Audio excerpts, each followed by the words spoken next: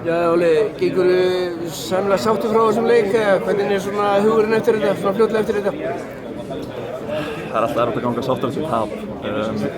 En aftur á móti rétt að byggja eitthvað á þetta. Þeir spilum vel í fyrra hálfleik, fullt af senum bæði í vörn og sókn. Óöfnir klauvar kannski fyrir hálfleik, seinni hálfleik, byrjum seinni að nýta ekki dauðafærin og kemst í gangi í markinu. Og þeir svona fá sjálfstraust og þeir svona komast hægt og rólega inn í leikinn og komast í sína rútínu sem þeir eru svo góðir í. Og þetta fyrir bara að malla hjá þeim og það var erfitt að eiga við á. Við hefum kannski þurft að gera meiri leik úr þessu síðasta korterið til að eiga séns, halda þessu svolítið að sjafnara og gera það spennandi. Þá kannski hefðu getað, hvað segir maður, ná svona sjokkar á seinni síðasta korterið. En óöfnir, það hefði getað gert betur. Þið voruð eiginlega bara að spila mun betur heldur en Spánverjarnir allan fyrri hálfleikinn, farið sanngjarnt í yfirfallsbanni með 2 mörkum. Hvað rædduð í hálfleik? Halda áfram, skiljum við.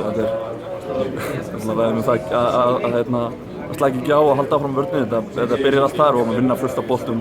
Gauju snöggur í hraðaflug við seinni bylgjumörkin. Þetta verður alltaf auðveldara þegar maður spila svona vörn, Bjöggi að verja frábærlega.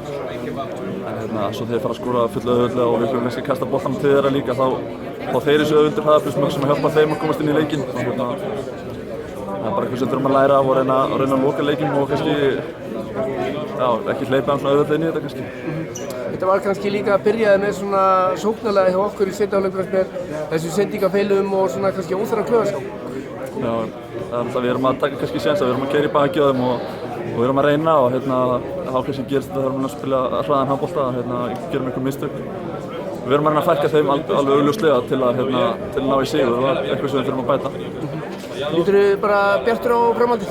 Já, fyrsti leikur og þetta er eitthvað sem getur byggt á og vorum á leikinn aftur á vídeo og fyrir bara að huga næsta leik og reynum að taka að jákvæða með úr þessu og sömulegis að laga það sem betur má fara.